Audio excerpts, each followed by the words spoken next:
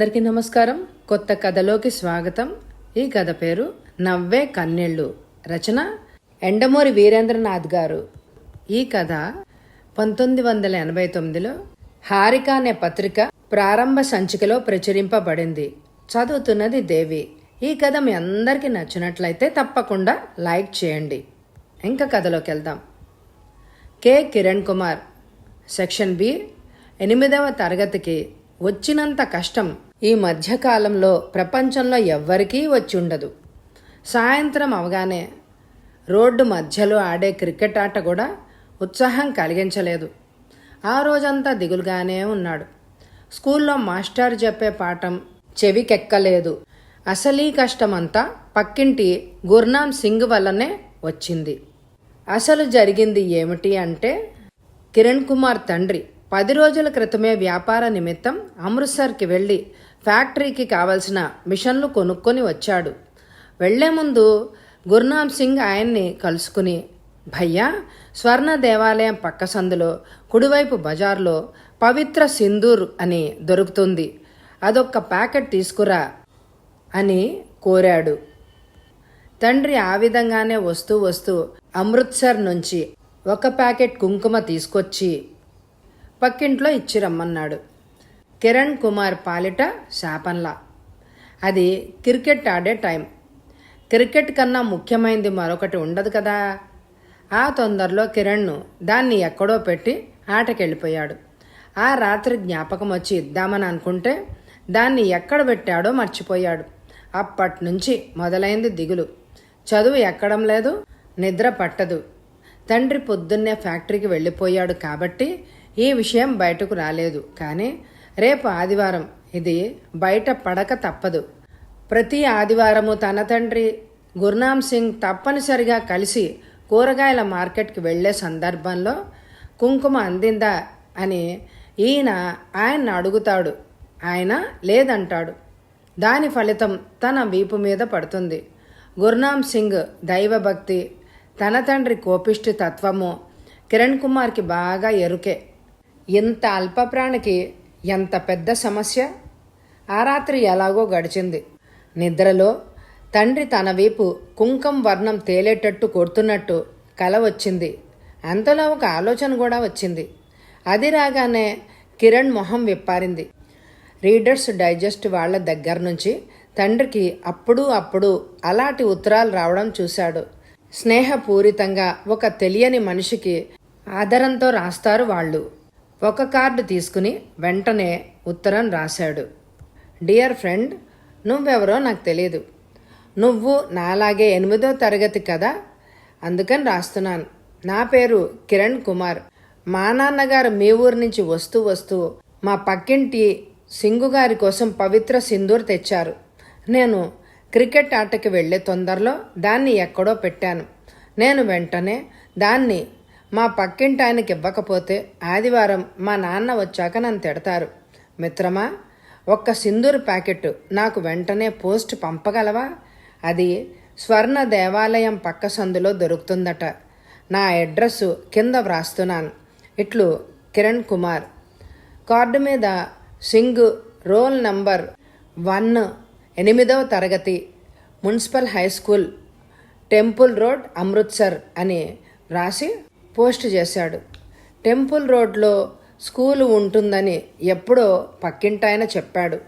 అమృత్సర్లో చాలామందికి సింగ్ అన్న పేరు చివర్లో ఉంటుందని కిరణ్కి తెలుసు. కానీ వ్రాసి పోస్ట్ చేశాక అతడికి అనుమానం వచ్చింది. రోల్ నంబర్ 1లో సింగే ఉంటాడని నమ్మకం ఏమిటి? తనలాగే ఏ కుమారో రావో ఉండొచ్చుగా. మధ్యాహ్నాన్ని కల్లా కిరణ్ అనుమానం పెనుభూతమైంది.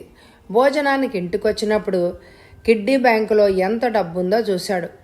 15 రూపాయల దాకా ఉంది. పోస్టాఫీస్లో 100 కార్డులు తీసుకున్నాడు. మధ్యాహ్నం అంతా ప్లే గ్రౌండ్లో కూర్చుని అదే ఉత్తరాన్ని 100 కార్డుల మీద రాశాడు. 6వ తరగతి నుంచి 10వ తరగతి వరకు క్లాసులు వ్రాసి ఇష్టం వచ్చిన నెంబర్లు వేసి అన్నిటి మీద సింగ్ అన్న పేరు వ్రాసి పోస్ట్ చేశాడు. అతడు అన్ని కార్డులు వ్రాయడానికి కారణం కూడా ఉంది. ఫలానా రోల్ నంబర్ సింగ్దే అయ్యి ఉత్తరం అందినా ఆ అబ్బాయి షాప్ వరకు వెళ్ళి సింధూరు కొనేంత శ్రమ తీసుకుంటాడని నమ్మకం ఏంటి? ఒకవేళ కొన్నా పంపడానికి పోస్టు ఖర్చులుండద్దు. తనలాగే ఆ సింగుకి ఒక బామ్మ ఉండాలి. అన్నిటికన్నా ముఖ్యంగా ముక్కు మొహం తెలియని తన కోసం కష్టపడేంత జాలిగుండె ఉండాలి కదా. ఈ అనుమానాలతోనే కిరణ్ 4 రోజులు బిక్కుమంటూ గడిపాడు. ఆదివారం దగ్గర పడే కొద్దీ కిరణ్ గుండెలు భయంతో బరువెక్కసాగాయి. ఆ రోజు మధ్యాహ్నం లెక్కల టీచర్ పాఠం చెప్తూ ఉండగా పోస్ట్ మ్యాన్ వచ్చి కిరణ్ కుమార్కి రిజిస్టర్డ్ కవర్ అన్నాడు. టీచర్తో సహా క్లాసులో అందరూ ఆశ్చర్యంగా చూస్తూ ఉండగా కిరణ్ వెళ్ళి సంతకం చేసి తీసుకుని విప్పాడు. దాంట్లో చిన్న ప్లాస్టిక్ కవర్లో కుంకుమ ఉత్తరము ఉన్నాయి. డియర్ కిరణ్ కుమార్, నీ ఉత్తరం అందింది. ఈరోజే వెళ్ళి నీవడిగిన సింధూర్ని పంపిస్తున్నాను. మీ ఊరి పేరు నేను వినలేదు. ఆంధ్రప్రదేశ్కి దక్షిణం వైపు బంగాళాఖాతం పక్కన ఉంటుంది కదూ. నీ దగ్గర నుంచి ఉత్తరం రాగానే అమ్మకి చూపించాను. మా తాతగారు ఒకసారి మీ వైపు వచ్చారట. మీరు మాలాగా గోధుమ రొట్టెలు తినరట కదా. ఈ ఉత్తరం అందగానే జవాబు రాయ్. నీ గురించి, నీ స్నేహితుల గురించి, మీ ప్రాంతం గురించి వ్రాస్తావు కదూ.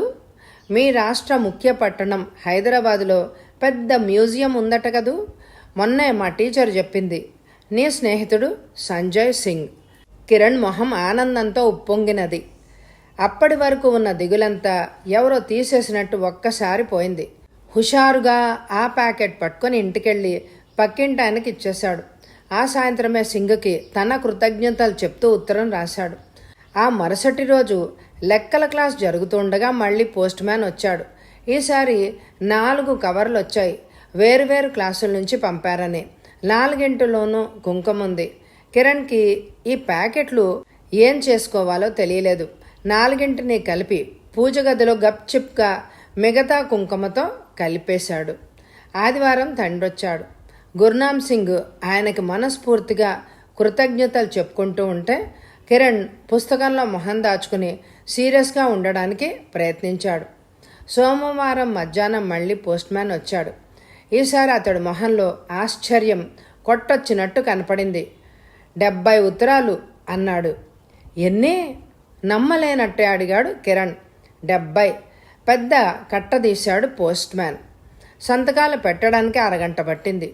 ఆ ఉత్తరాలన్నీ ఇచ్చాక ఒక మామూలు కవర్ కూడా ఇచ్చాడు. అందులో ప్యాకెట్ లేదు, ఉత్తరం మాత్రమే ఉంది. అంత పెద్ద ఉత్తరాల కట్టతో లోపలికొచ్చిన కిరణ్ని టీచరు నిలదీసింది. అతడికి చెప్పక తప్పలేదు. గత 3 రోజులుగా జరుగుతున్న వ్యవహారానికి వెనక ఉన్న కారణమంతా భయంగా చెప్పేశాడు. టీచరు తన తండ్రిని పిలిపించి తను చేసిన మోసం గురించి చెప్తుందేమో అనుకుని భయపడ్డాడు. అతడు చెప్పిందాన్ని క్లాస్ అంతా ఆశ్చర్యంగా విన్నది.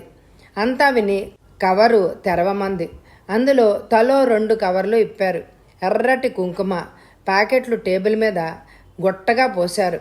తర్వాత అన్ని ఉత్తరాలు చదవడం ప్రారంభించారు. భారతదేశం ఉత్తర కొస నుంచి దక్షిణాది రాష్ట్రానికి వంతెన కట్టినట్టున్నాయి ఆ ఉత్తరాలు. చాలామంది పిల్లలకి ఆంధ్రప్రదేశ్ ఉందని తెలుసు, కానీ మిగతా వివరాలు అంతగా తెలియవు. దేశపు ఒక మూల నుంచి ఒక అబ్బాయి ఇలా తమ కుంకుమ కోసం వ్రాయడం వాళ్ళకి థ్రిల్లింగ్గా అనిపించినట్టు ఆ ఉత్తరాలే చెప్తున్నాయి.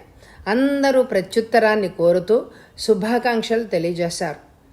చాలామంది తమ ఊరు రమ్మని కూడా ఆహ్వానించారు. ఒక కుర్రాడు వ్రాసిన ఉత్తరం గమ్మత్తుగా ఉంది. ఆ కొట్లో కేవలం ఆఖరి ప్యాకెట్ మాత్రమే మిగిలిందని, గత 3 రోజులుగా అమ్మకాలు పెరిగి స్టాక్ అయిపోయినట్టుగా కొట్టువాడు చెప్పాడని రాశాడు. టీచరు కుర్రవాళ్లను తలో ప్యాకెట్టు ఇంటికి తీసుకెళ్లమంది. అలాగే ఆ అబ్బాయిలతో కలం స్నేహం చేసుకోమని సలహా ఇచ్చింది. మన సంస్కృతి గురించి, మన రాష్ట్రం గురించి ఎలా వ్రాయాలో చెప్పింది. ఎన్నడూ లేనంత ఉత్సాహంగా ఆ రోజు క్లాస్ జరిగింది. కిరణ్కైతే మనసు గాల్లో తేలిపోతున్నట్టు ఉంది. పెద్ద అపాయం అనుకున్నది సంతోషంగా జరిగిపోయింది. కాసేపు అయ్యాక బయటకొచ్చాడు. ఖాళీ కవర్లు బయట గాల్లో ఎగురుతున్నాయి. సాయంత్రానికి స్వాగత పత్రాల్లాగా ఉన్నాయి అవి. ఎల్లలు దాటి, సరిహద్దులు దాటి, జాతి మత అడ్డంకుల్ని దాటి ఒక కుర్రవాడి చిన్న సమస్యని ఎదుర్కోవడం కోసం 100 చిన్న చేతులు దేశపు కొసళ్ల దాకా ఈ చివరి నుంచి ఆ చివరికి పాకినట్టు ఉన్నాయి. చప్పున కిరణ్కి జేబులో మిగిలిపోయిన చివరి ఉత్తరం గుర్తొచ్చింది. దాన్ని విప్పి చదివాడు. డియర్ కిరణ్ కుమార్, నీ ఉత్తరం అందింది. నేను మున్సిపల్ స్కూల్లో 8వ తరగతి చదువుతున్నాను. నీకోసం పవిత్ర సింధూర్ కొందామని ఎంతో అనుకున్నాను. కానీ మేం చాలా పేదవాళ్ళం. నాకు 4 అక్కయ్యలు. నా తండ్రి వ్యవసాయం చేస్తుండగా నెల రోజుల క్రితం పొలంలో టెర్రరిస్టులు కాల్చేశారు. అమ్మ అప్పటి నుంచి ఏడుస్తూనే ఉంది. అక్కయ్యల దగ్గర డబ్బులు కూడా ఉండవు. తొందరలోనే నేను ఎలాగైనా నీకు సింధూరం పంపుతాను. ఇట్లు భరత్ సింగ్ సిద్ధు. కథ సమాప్తం. ఈ కథ మీ అందరికీ నచ్చిందండి? అయితే తప్పకుండా లైక్ చేయండి. ప్రతిరోజు 6 గంటలకు ప్రసారమయ్యే అపరాధ పరిశోధన కథలని తప్పకుండా వినండి. Thank you very much my dear friends.